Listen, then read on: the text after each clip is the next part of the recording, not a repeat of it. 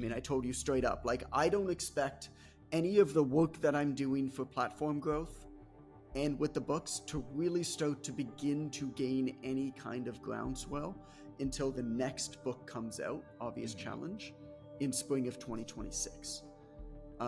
Obvious Choice was started 3 years ago, for context. So that's what, 4 or 5 years in? Well, welcome back to the Obvious Choice podcast. This is our first episode recording actually after the book has come out. So we're going to give a bit of a recap on how things are going. Actually, still don't have numbers, which is part of like what I'm going to record on. It's fucking weird, man. The whole thing is a black box. Like the whole thing is a black box. I haven't heard from anybody. Like the only reason that I had any indication that my publisher was happy at all was because I asked them a question about something else, and then for like the next book, and then as an aside, my editor got back and he said that the rankings are looking really good. Like that is the only interaction I've had with anybody from it's the weirdest thing. So I have no idea how many copies the books have sold or anything like that. I should find that out. I don't know, end of this week, maybe. But we'll give you a recap on like what's happened, what hasn't happened, what's gone well, what hasn't gone well. We'll give a recap on that. But yeah, there's a story that I've never told, and I realized that I've never told the story before, and I think it's worth telling because I was remembering it, and I'll tell you why I was remembering it. It has to do with short-term versus long-term kind of goals and rewards and how you manage those two, right, against one another. Right. And so way back in the day for Ignite the Fire, for my first book, this would have been like 2009 probably, circa, that this would have happened. Maybe 2010. I had produced it would have been like the first draft of the book. It was really, really messy. This is before I had gotten an editor even. So it was really, really messy. But I had decided that I was going to do this as a book, right? And so I started reaching out to people. And I tell the story in The Obvious Choice about how I went to the bookstore and found best-selling fitness books and cold emailed the authors of them and got in touch with their editors and ended up hiring one of their editors, right? Well, the part of that story that I didn't tell is I also got in touch with other people figuring out what to do with this thing. And one of the people that I got in touch with was call it an internet marketer.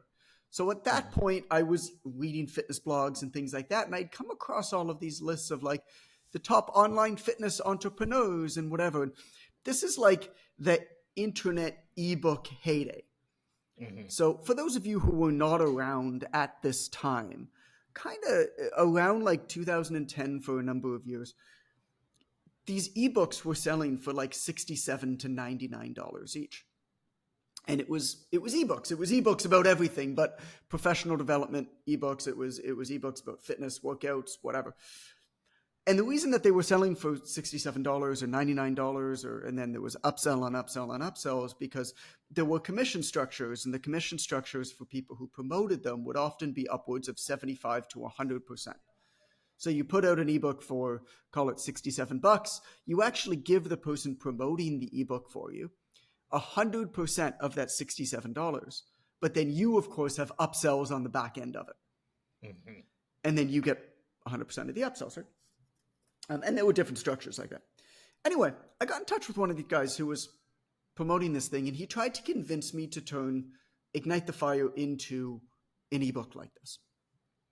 And I can't remember exactly what it was. It wasn't an ungodly amount of money, but I think to me at that time it seemed like an ungodly amount of money. I think he wanted $10,000 to basically like build this into an internet product.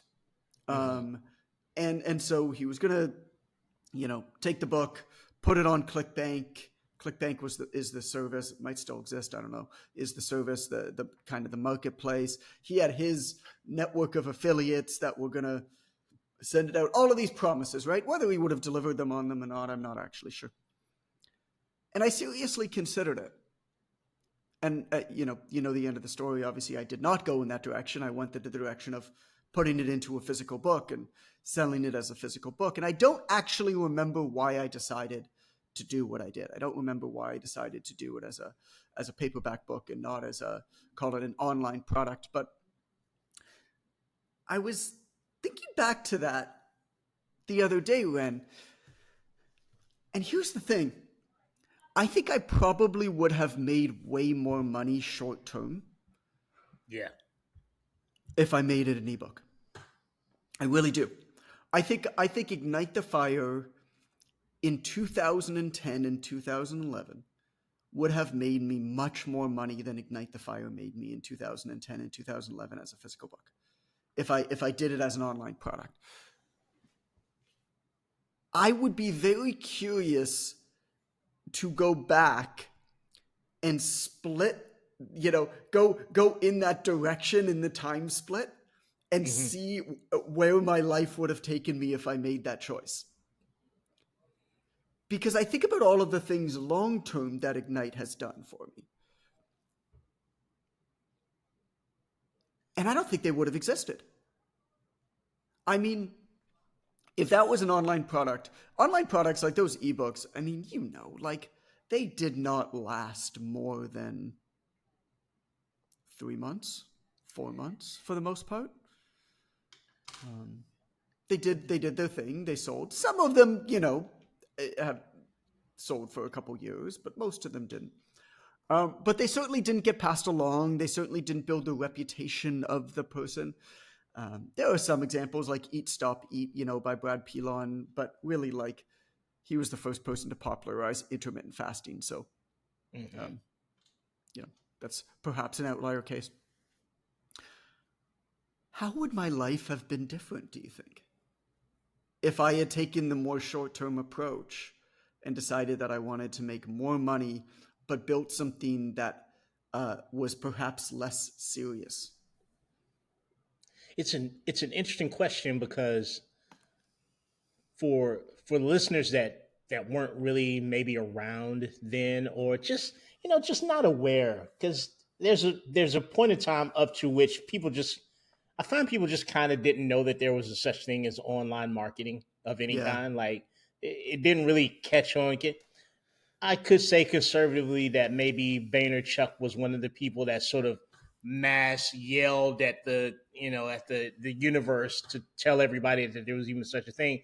But that was a definite flavor of the month back then. And what I'm wondering is, I'm more curious about your development as a human and author than Yeah. what the profitability long term might have been. Because I'm just sort of wondering, John, like, do at this point in your life, being the January cover model for Midlife Mail, at this point in your life, would you have even had the skill to take advantage of the opportunity to write obvious if it hadn't been for some of the things that just naturally have to occur when you're building a and publishing an actual printed book?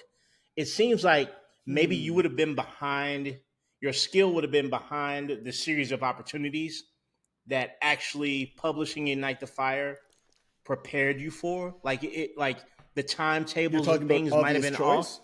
Yeah, yeah. I I mean, mean, obvious choice in so many ways has been the obvious choice in so many ways is the culmination of so many things that I've done over the right. years. And it, I mean, I read through the book again because I got the Kindle. So I read through the book and I highlighted it as a Kindle so that I'd have those notes in my Kindle thing Mm-hmm. over the last week or so. And I was reading through it, but it's interesting reading through it in a different medium because I can Mm-hmm. consume it a different way. I've never read it electronically like that before. And I'm just going through all of these experiences in my life that, like, behind the scenes in the back of my mind that, like, led to, oh, this is when I had that point of awareness. Oh, this was the Right. project that I did at that point that led to this thing. There's no way. And I think that's what makes good books really good books, right? Is that you can't, man, I look at some of those other books, like, for example, the Wealthy Fit Pros Guides Mm-hmm. books. Anybody can write those books. Anybody can write those books. They're not bad books. They're good books. They're very useful books. But they are books that anybody can write by researching them. Mm-hmm. And spoiler alert, those were ghostwritten. They're my work for sure, but they're ghostwritten, and so the ghostwriter, of course, did a lot of his own research in putting those together. Whereas Obvious Choice and then Challenge, the next one that's coming out, man, like you can't not have had a lot of the experiences. So I think yes, but it's not just the writing of Ignite the Fire that led to Choice, right? It's all of the other business ventures. It's how many different ways I've tried to say things and sell things and build platforms online. I mean, you've been privy to enough of them. Enough. It's like it's like you it's like you're climbing a ladder, and I think the absence of that experience removes like two or three rungs from the ladder. Yeah. So could you have made it to the next level? Yeah, but you got some rungs missing. Maybe you got to jump and hope that your grip strength is enough. The comedian Louis C.K. I'm sorry, I was going to call him Louis. Louis C.K. I Mm. saw a quote from him that said, "If I went back and did, if I went back and corrected all the mistakes that I made, I'd erase myself." So, which was a great quote. I mean, it makes sense, Yeah. and I just Well that's just said. sort of how I feel about it. I think I'm gonna play conspirator here, John. I think if Ignite is an ebook, it totally changes the trajectory of your life. I I really think do. there's a whole different other version of John Goodman. We never get to this one. I really That's what I do. think. I really do. Um, I think it forced me to figure out a lot of things Yeah. that were like not easy at that time to figure out. How do you make a book, right, in 2010? It's not as easy as it is today. You had to put together this random smattering of contractors. I mean, even today, it's not easy to make a book. It's easier, but it's not easy to make a book. But also, there's an element of seriousness, I think, towards certain projects and not towards other projects, and that's not necessarily even, I think, legitimate. Like there are ebooks that are exceptionally well put together. Don't get me wrong. Mm-hmm. Mm-hmm. Most of them aren't though, Right. and so a lot of digital projects, a lot of digital projects are simply not that seriously taken on. Not to say all of them aren't. Of course, some of them are. But there's something about tangibly holding something and passing that on and seeing that somebody has something that they've clearly put a lot of work and effort into and finalize that thing. Yeah. I think a lot of my career that's followed then has kind of been in the tailwind of Ignite, both because this is how I decided, that to me was a statement to myself of how I wanted to show up in the world. And it's also It's been my most popular book still. right. Right. So maybe I'll match it one day. But I think there's no question that Choice is a better book. Whether it will over time outsell Ignite or not, I'm not sure, but I hope that it does. But Just had a also, real go what's I'm that? sorry, go ahead. I was just gonna say you also had a really great intersection of the information in Ignite and where the industry was at the moment, because kind of nobody was giving practical actual instruction Right. about being, I don't want to use the word successful, but for lack of a better term, about being successful as a personal trainer. Like the Yeah. fact that you took notes from actual experiences and Right. then sort of wrote a manual of sorts The whole of, industry back then was so academic. it was so academic. It really was. Uh, you couldn't, and probably a reason why I did not enter the industry until 4 years after that, Mm, because that's when I started. That's when I started to encounter sort of instructional business. Here's what it's actually like to stand up for 6 hours and walk around and talk to people right. randomly in the gym. right? And You before should that, bring it with was you multiple pairs of socks. right, right.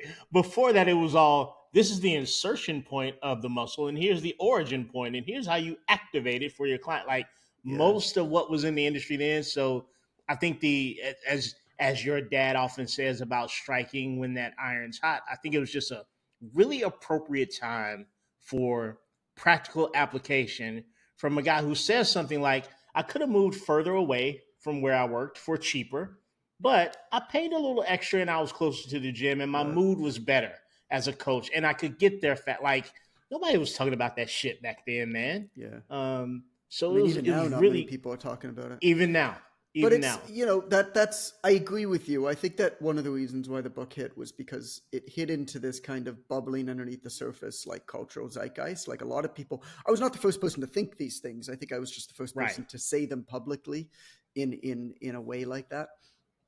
And I think choice is like that too. I Yeah. mean, I'm certainly not the first person to think, oh, actually, guys, most of what we're doing on social media is really fucking stupid. Right. Uh, hey, has anybody else ever thought that maybe I'm wasting my time here? Uh, like I'm clearly not the first person to say that, but there's absolutely this frustration that is bubbling, not just underneath the surface, but bubbling over now. And choice is really tapping into that. Like there is a Absolutely. much more simpler way. And it's, already I'm getting messages from people that are passing along the work. Like I got one this morning from a reader, and she said, my wife works in real estate, and I mentioned to her the example that you used in the book about the nosy neighbor open house, and she Mhm. immediately told a group of probably 10 agents this morning about it. She said, what was most impressive so far to me about the book, and what I'm finding that I've been incredibly guilty of, is missing what's right in front of you. I Mhm. always try to look at these things I'm learning as things I can teach my daughter, and there are some great lessons here. It's funny how when you keep things simple, it almost always works out better. Um, I think a lot of people have, they know that secretly. It's like the example that I give of the trainer in the gym with 20,000 members, where Right. nobody was on the gym floor. Or two people were on the gym floor when I did a tour of the gym with management before I was, doing the meeting to help them with their sales. And then they all materialized in the room. It was like a group exercise class room that we had our meeting in. They all materialized in that room for a meeting, and I asked them where they were, and they were all in a break room, basically working Waiting. on their content, doom scrolling, social media, whatever.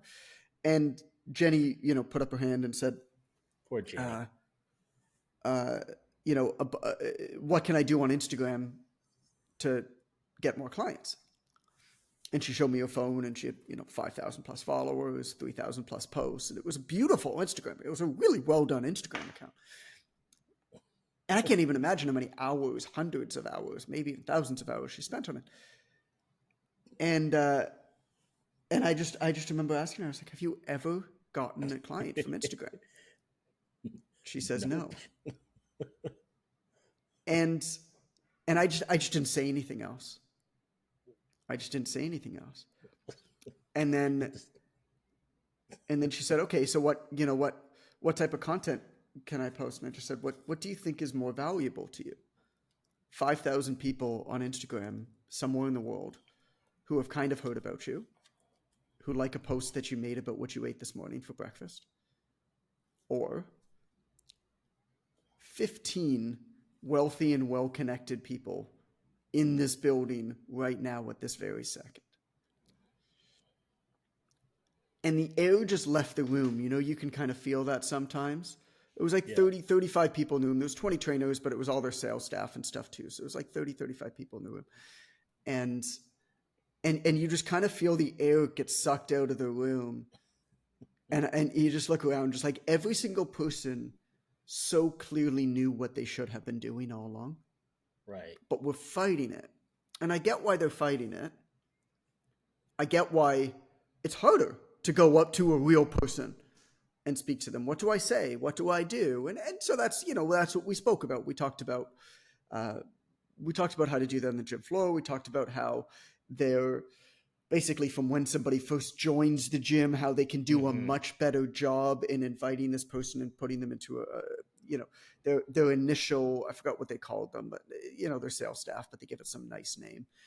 Their initial kind of consults and stuff. And, because their entire initial consult was at this gym at that time, I don't know whether it still is, was basically around telling somebody that they need personal training. And Right. so it was, measuring them every which way and then creating goals for them and then selling them on like 6-month training packages. And, Yeah. and I was like, what's your conversion rate to this? They're like, oh, about 3%. Okay. So you're converting 3% of new members coming into your gym that are already joining your gym with a membership to personal training. Do you think that's a good conversion rate? And then how many of these people are then going up and signing up for training afterwards? And they didn't even know that number.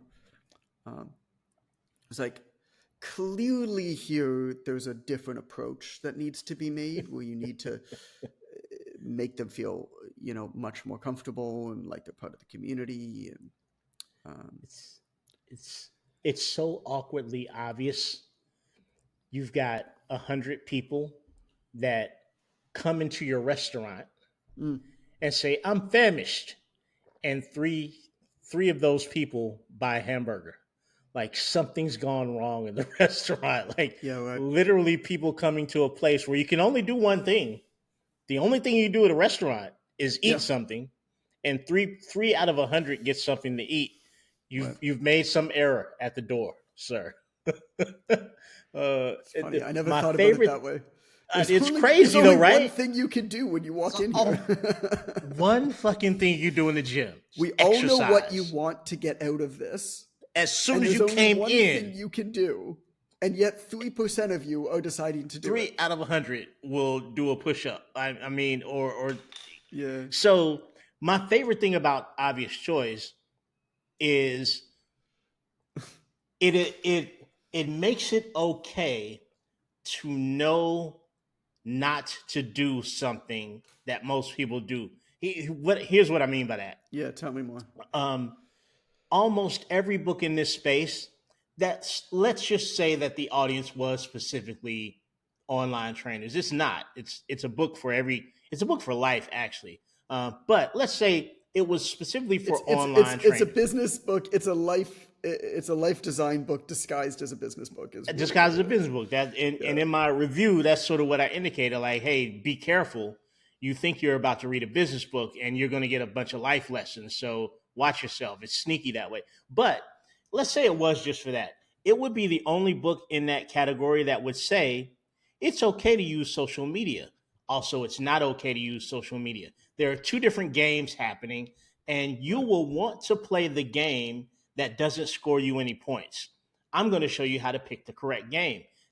Basically what it's saying to me, because most books say you have to have this following on social media. You have to build that following this way. You have to nurture your following. It's a social media economy. You're going to become an influencer. But this one says, hey, you can be a coach on social media who uses it to build your coaching business, or fair enough, you want to be an influencer, bro, you can do that. But most of you who want to be influencers are mad because you're not getting clients. And most of you who want to get clients are mad because no businesses are asking you to put their shirt on your back and advertise it, because you're playing in the opposite direction. Everyone's going the wrong way on the train tracks, hoping not to get run over. Here's how to figure out which way your train should go. Make that obvious choice by reading the book. And that's why when we first had a conversation about this on the last podcast that aired, I was like, man, I think this thing folds in and folds in and folds in. And it's probably a year or so away from the big understanding of exactly what it is, because it's what people don't know that they need yet. Like it's what they don't understand about themselves yet. They don't know yet that they don't know how to choose the right game. So they just all play one game. You kind of need to get a whole bunch of followers to realize how useless it is. How Like useless a whole bunch, right? having a whole bunch of followers is, you know, it's so funny though. I wouldn't even say that it's not useless at all. To be there's a difference between being an influencer and a thought leader, right? Like an influencer is somebody who entertains around a subject and has a lot of Absolutely. followers, but like you don't look at that person and you're like, oh, they've done really great things, and so No. I'm going to follow them and I admire them. Um, there's somebody who just has figured out a way to make really really good superficial content on social media that gets attention. Um, Which which is a and skill. so, which is absolutely a Cool. skill. That It ain't gonna get you no skill, clients. it ain't going to get you very many clients. That skill is a very useful skill if you are teaching other people that skill Yes. uh, right now. But it's fascinating because I have a lot of friends who have big followings, right? And almost across the board, they're like the biggest champions of this book Hmm. because a number of them have even said to me, they're just like, I knew I was doing the wrong, like I have 1 million followers on TikTok. I can't sell 25 goddamn t-shirts. Right. It's what one guy Right. literally just told me that. Like, these are people with 500,000 between Twitter and Instagram, for example. 8 to 900,000 followers. There's three different Right. guys like that I know. All three of them are just like it's so clear. The fact that I spent so many years obsessing over social media growth, like I don't regret it. They're assets now. That's a distribution channel. You get your messages answered for sure. Right. Right. um, Here's something really stupid that's been happening. uh, so I don't have as many followers on Twitter, for example, Hmm. on X. um, but I spend a fair bit of time there.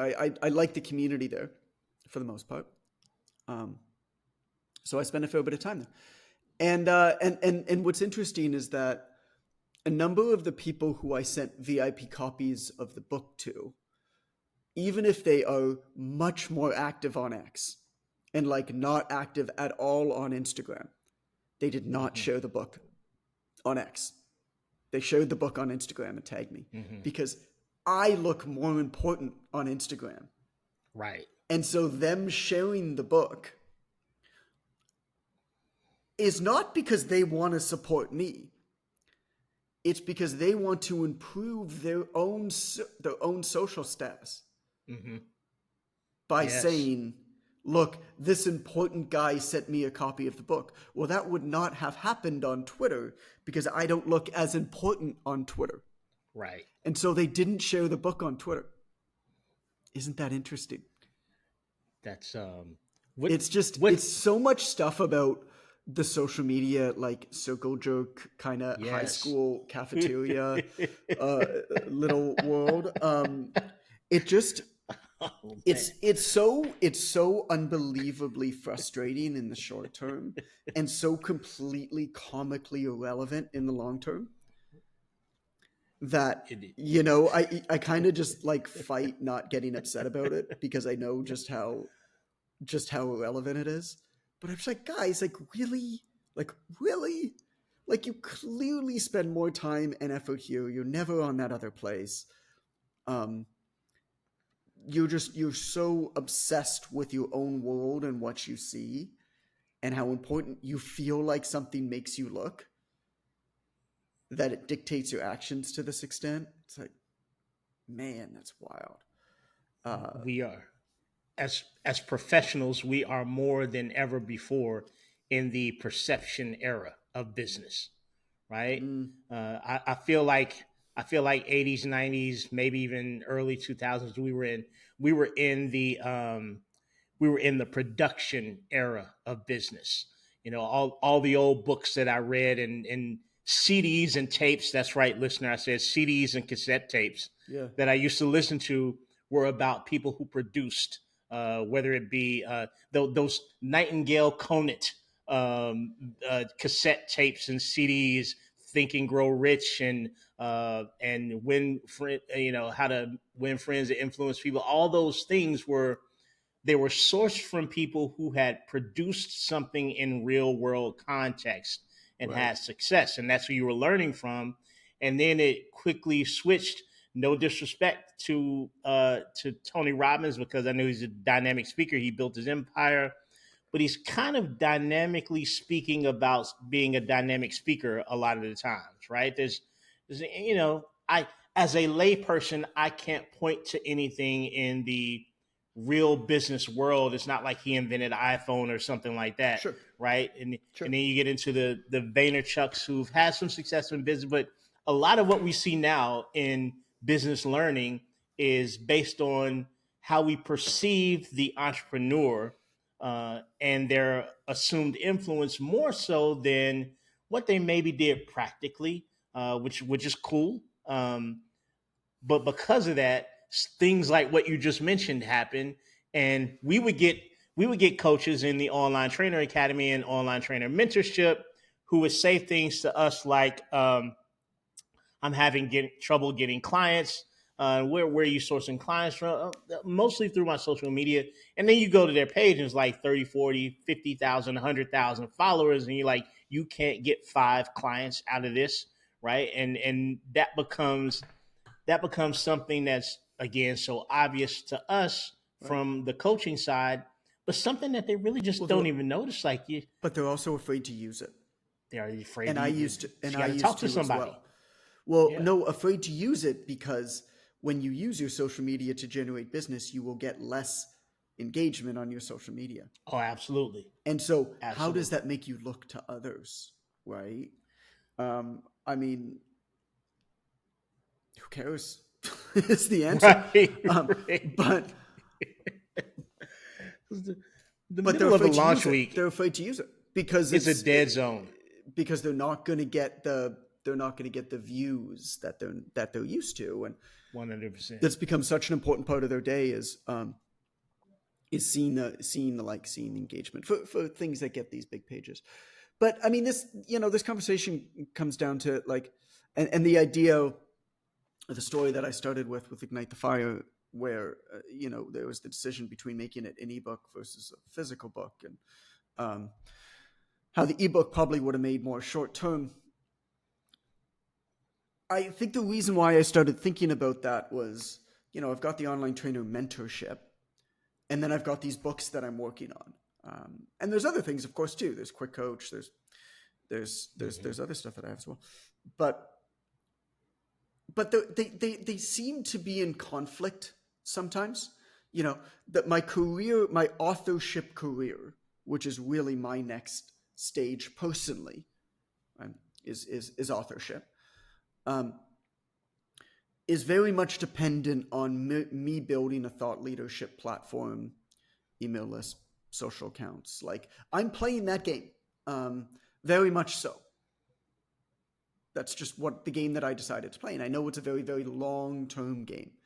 I mean, I told you straight up, like, I don't expect any of the work that I'm doing for platform growth and with the books to really start to begin to gain any kind of groundswell until the next book comes out, Obvious Challenge, in spring of 2026.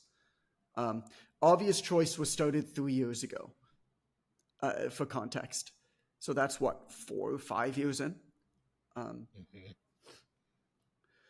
But OTM, the online trainer mentorship, makes a lot of money.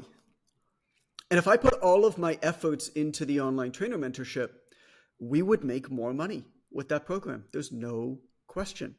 If all of my content was around business for online trainers, scaling business for online trainers, writing books about how to scale online fitness businesses. We could write the best book in the world, unquestionably, of how to scale coaching business. I've already pitched my agent about it. We still might do it. Like, we might do a traditionally published book on it at some point. But I think about, if I did that, though, short term, it would feed the online trainer mentorship. Long term, though, I don't think the online trainer mentorship would exist. And so it's this weird kind of disconnect, because the books and all of the other stuff that I do um, almost feeds like a brand and a reputation that becomes known as something that's different and unique and higher quality, perhaps more thoughtful than all of the other folks that you see out there that are shouting very, very loudly all over all of their platforms every single day about the topic of the online trainer mentorship, where you have the recognizable face in front of it, right? Who would be me for the mentorship. You have, for whatever those businesses are. You have that person, that man, that woman doing those things. But they're constantly reinventing themselves over and over and over again. Different programs, different offerings, different. Whereas we've been able to build just this beautifully eloquent, high quality program that's super stable over a lot of years. And we'll be doing it in 10 years, right? Whereas I don't think any of these other folks will. Mm-hmm. And so it's the same kind of conversation, I think, is why I thought about it, Ran, is like, it's so hard because you need the short-term stuff in order to obviously feed yourself and grow your business. But the long-term project, I think, is so valuable to have because it's the work that others don't do. Mm-hmm. Even if it pulls away from the short-term stuff, even if this long-term project is not the one that's going to hit. Maybe it'll be the next, maybe it'll be the next. The other part of it, though, here's the other part. Let me know what you think about this, Ryan. Sometimes you got to just have something to do. Like, what the best thing that I ever did was? When I finished The Obvious Choice, was I started the next book. Right. It's the best thing I did. I would have gone this last couple months, particularly this last month. You know how buckshit crazy I would have went if I didn't have the next book. You'd have been obsessed with every message, review, number, communication. I have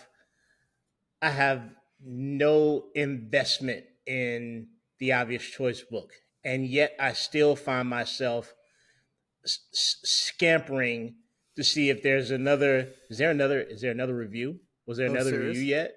Yeah, it's just Amazon's been squashing him. I don't know why.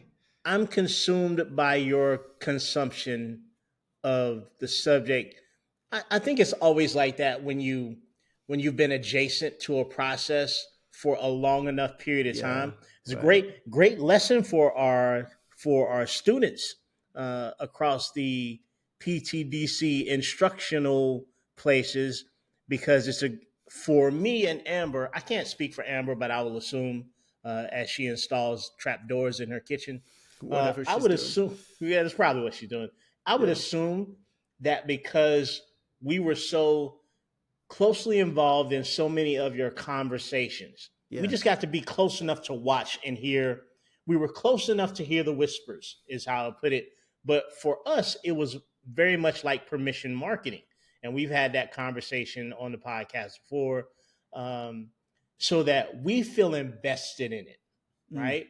And it's a great lesson for our students out there that it's okay to pull people in close and kind of chat with them a little bit about what you're building for them or around them, because there's a natural, consistent, gradual attachment to the thing as the closest outside person, right?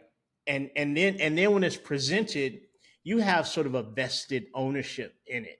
It's almost involuntary. I just kind of just want to know what's happening, because, and like I said, I was hooked from the first header on the first page. Business was great once, because I remember 2.5 years ago, I know you saying that, I got this great line from this book, and I love the way this starts. And you said, I can't remember what the actual line from the actual book was. Oh, it was the city was great, Elantris was great once. great Yeah. once, yeah. No, So Elantris was beautiful once.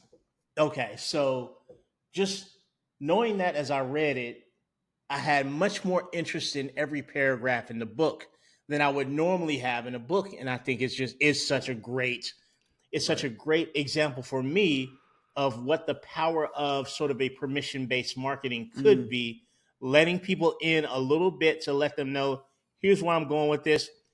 Here's a poll. If you had to have a coach talk about this, or that, which one would be more important to you and why? And then someone actually enrolling in my process or seeing that it's debuted and saying, oh, he actually used that thing. Yeah. Let me dive in more to this. It's Yeah. such a great asset. And I think that's why I'm so attached to what's Well, been continuing to happen. We'll get back. I mean, the whole first draft of the next book is done, and we haven't gone over a lot of it yet on the pod. So we'll get back to doing that for the next one. But I don't know what questions do you have? You said you wanted to ask about like the Yeah, outcome of. I had The a few outcome. It's not questions. the outcome yet. It's a week. Right Uh, now, I know it's I'm been a week since the book has come right, out. So right, what outcome are we and I talking know about?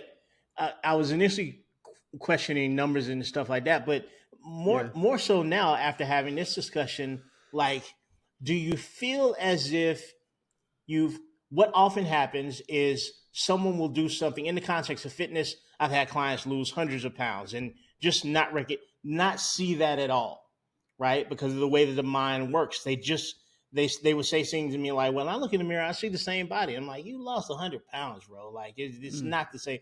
Like, have you come to an awareness and acceptance that this book now exists, and people are reading it and consuming it, or does it feel as if I still need to promote? And promotion never stops, but does it feel like I still need to promote this in a way that frantically introduces more people, or can I let the readers that have it consume it? Like, are you free to allow the reader to consume yet? Or do you still feel like you're in that place where I kind of want to turn the pages for them and narrate it Mm. to them and explain to them what I meant by this thing? Like, can you accept the finalized project yet? Or is that still weeks or months or years away for you? I can accept the finalized project. Yeah, I'm very very happy with the finalized project. Can I accept that it's released? I've always been very siloed, Mm-hmm. even just physically. I mean, I live in a small town in Mexico right now. Right. I mean, I'm not around people often other than my family and some friends that we have here, but friends that we have here generally come and go every few weeks. Mm-hmm. So, no, I haven't accepted that yet. I don't know if I will. Does it feel like it's real that it's out yet? I don't even know what that means. Right.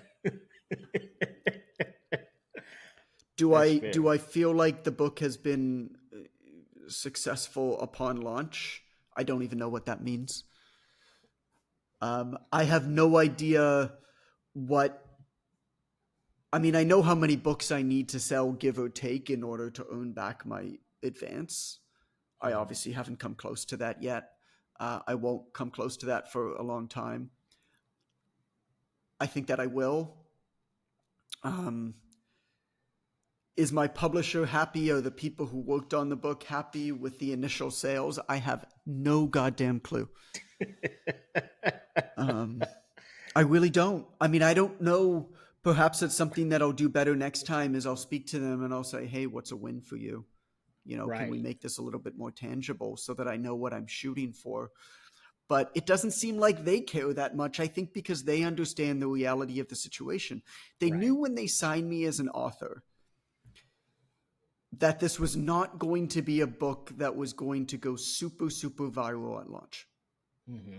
They knew that, right? They knew that. They knew that while I had an audience and a platform, it's not the type of audience and platform that's going to sell 15, 20, 30,000 books at launch. Mm-hmm. There are not that many people who can do that, and particularly this is the first book, so they knew that it was always going to be a long-term thing and a slower burn, right? The initial rankings for the book were very, very good. For almost the entire first week, the book sat somewhere between 1,000 and 2,000 of all books on Amazon. That's really good. For a business book, for a guy who does not have an audience really in the business world, that's really good. There is still yet to be anything other than a 5-star review. There's 120 some reviews between Amazon Canada and the US, and every single one is 5-star. I don't think I've ever seen that before. I'm sure that there will be a review that is not 5 stars at some point. Oh, absolutely. But initial response to the book has been outrageously positive. Like people are surprised. What do you expect? Like, a business book comes out, a marketing book comes out. Everybody always has a hook with a book, right? Most nonfiction books, to be honest, are just kind of shit. Like, even if the ideas are good, like the books are just not that interesting to read. Right.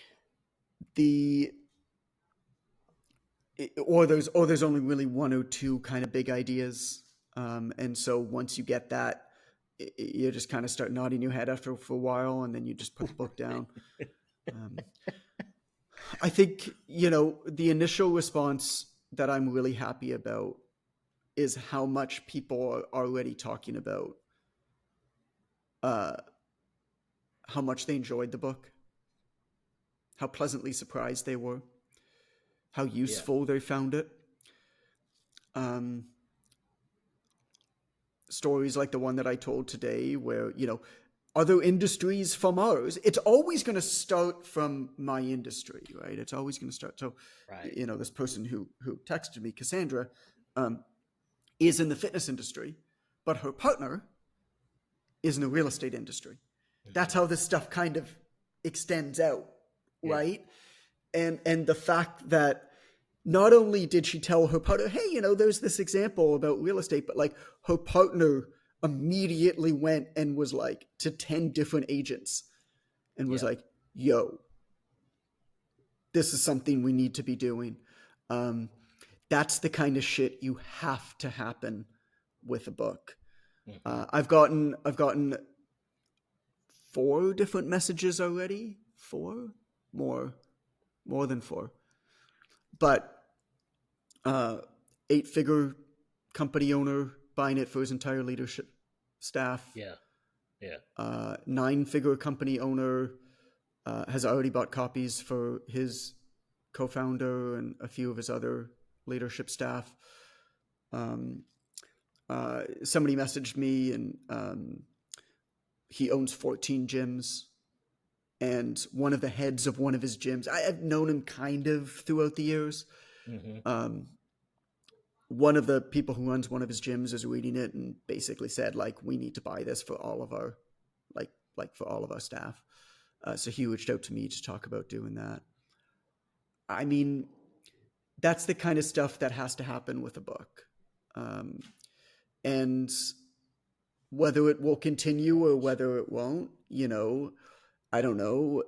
One of the things that Seth Godin has always said is, it's the author's job to sell the first 10,000 copies of the book. It's the book's job to sell the next million. Right. And those types of conversations behind the scenes, if those are the ones I'm told about, I'm hoping that there have been many more that I have not been told about. Haven't been told about. Froze. And so I don't know, what's happening. Right. I don't know what's not happening behind the scenes. I never will. Right. Really, but books are always going to be so the rankings on Amazon now are starting to slow down a little bit, as to be expected. And they will be slow for a little while, right? As people read the book. As people read the book, and it takes time. Books are a slow game. My camera cut off. Yeah, you're fine. Do we have time for one other? Just one other quick question, please. Yes. Um, is there anything immediately that you know unequivocally? I will not do this with the next publisher-driven book. Really, with obvious challenge. I will not do this. Whether in the marketing, I can't imagine there are many things like that in the context of the writing. But is there Mm. anything that 2 days into this week long release, you were absolutely blatantly aware I ain't doing this shit again? Like I know I'm not gonna do, or anything that you feel like you should concentrate, flip the coin, either way, anything that you absolutely know will not be done next time, or anything you absolutely know will be, I will definitely prioritize this thing again next time as top of the list priority because it was so beneficial. Anything come to mind like that? I mean, it's only been a week, but The VIP boxes with the Casio watches was something that I think is going to provide a really, really great long term benefit, relationship outstanding, benefit, um, outstanding. particularly to people who I did not know that well but admired and was able to send them a copy. Yes, I think immediately they were like, "Oh, this guy's different," you know. And I yes, see that there's somebody else who's coming out with a book now and a big book, and he'll hit the New York Times bestseller list. He's a big social media celebrity guy, and it's his first book, and I'm sure it's a good book. But you see the boxes that he sent out, and it's just like doesn't hold a stick to us, right? And right, so right, you think about the impact that the two of them make when they arrive. So yeah, I mean, I do that again. Um, the book launch team, I'd have to think about whether I wanted to do it, whether I want to do it again or not. I liked a lot of what I did with the book launch team. I think that it was organized really well. I think that it was executed kind of poorly, and mm-hmm. that's the plan was there. I think I'm just not the type of guy who should operate communities, Right, and that right. was my mistake. If I were to do it again, I'm bringing somebody in to do the community. I also probably wouldn't host it on Facebook again for no other reason than people just aren't like active, ongoing, reliably on Facebook that much. This So is true. the engagement within the community was not great as time went on, and a lot of that was my fault. Um, One thing that I have to decide, we made a pivot, right, with podcasts and being interviewed on other podcasts and things like that to make it not that big of a part of our strategy, and that was kind of by necessity. I think podcasts are really impactful for moving books. I just Mm-hmm. couldn't get on big podcasts. I mean, it's simple as that. We maybe could have really pushed it and like gotten on like some like mediocre to medium sized ones, but Mm-hmm. Mm-hmm. it's astounding to me how hard it was. It's like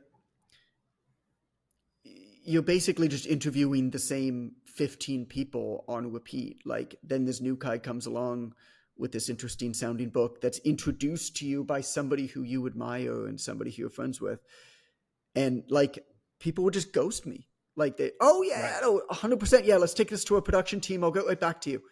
Like I don't hear from them again, and it's like right. what, like what did I do, right? Like that happened a lot, a Yeah. lot, a lot. And it's like I was introduced to you by the editor in chief of like a major magazine, or like Right, by this right. person who I know you're very good friends with. Um, like what, are you just so busy? Is this not a priority for you? Like what's going on here, right? So I don't know what was going on there. It just seems again like there's just this big kind of circle jerk thing. Um, so I don't know whether I'd put a push to do podcasts or not. Um, I think it's kind of one of those like there's an in crowd and an out crowd. If I Right, do focus on podcasts, though, one thing that I 100% need to do is I need to be much more practiced in how I am describing the book, the benefits of the book, telling stories from the book. right. Um, Basically, become a better conversationalist. Uh, I've realized over this period that I'm just not that good at. I'm so used to hosting my own podcast, Right. and Absolutely. the makeup of this podcast is really me taking up most of the space. That's by design, right? Right. Like we all discuss this, but that does not work on other podcasts where somebody else hosts it. And Right. but all of my reps are in that direction. And so I've done 900 episodes that way. It's pretty hard to reverse out of that pattern, Yeah. especially if I'm Without nervous. without question. And So I got to get better at that. the old Goodhart's law applies to podcasts now, as well as all social media. When the measure becomes a goal, it ceases to be a good measure. And there was a time where the idea for a podcast was to have a podcast that was so good Mm. that you could eventually monetize it. Right. Now, the idea for having a podcast is to do whatever you can to monetize it, right? So Interesting. you end up in a situation where they're all trafficking in attention, not information. And Yeah. if some batshit crazy lady who wands her water gets a lot of listeners, even if nobody agrees with what she's saying, they're going to take precedent on the podcast because it gets to be all about the download. And I understand why downloads are important. We need metrics for business, but Right. now we're just sort of shortcutting to the metrics. Can we? There's a monkey who can say 6 words. Let's have him on the podcast because his story went viral on Entertainment Tonight on a major network. Like that's kind of how podcasting is. So I get it. Like you said, they're interviewing the same 15 people over and over again. No disrespect to people that have made themselves into influencers or have influence or making great money from the podcast. Hats off to you, but it's no longer what it was designed to be, Yeah. which was a more intimate way of exchanging information via entertainment from sources that were not along the beaten path quite Right. so much. The sort of the NPR days of podcast mechanics is far behind us, and now it's influence and dollar bills, y'all. The biggest thing that I learned, and I'll leave it at this because I got to pee. I think the biggest thing that I learned is that the lesson that I've just had pounded into me over and over and over again, which is you're on your own, man. Yeah. You're on your own. You're eating your own dinner. Yep. Nobody's going to do it with you. Nobody's going to do it for you. Nobody's going to show up like a knight in shining armor and publish you and make you famous or sell tons of books. Like all of these platforms that I think that I probably deserve to be on, I will get on once I become a mega best-selling author. Right. Right. You don't get on them so that you become a mega best-selling author. Right. No, you gotta do that shit on your own, and that is going to be scratching and clawing and grinding and building own platforms and putting out own information and doing good work and showing up and networking on my own and supporting other people, even if they don't support me back for a very, very long period of time, in addition to doing actually exemplary work, like remarkable work, like work that stands for itself, that gets passed along. That is up to me. That's a lesson that I've had taught to me over and over and over and over and over again. And this process is no different. It's no different. And there's a part of that is that I'm optimistic about. I'm under control. Right. I'm under control. And so, I mean, you know what I'm doing now? I'm getting back to work, man. Right. I'm not dwelling over what happened or what didn't happen. Right. Just getting back to work. Nothing else to do. Well, you've earned the right to pee, John. But as the January cover of Midlife Mail, I don't want you to hold it any longer. That's right. It's not good for the prostate. I do. Don't Appreciate you. Bye. Yeah.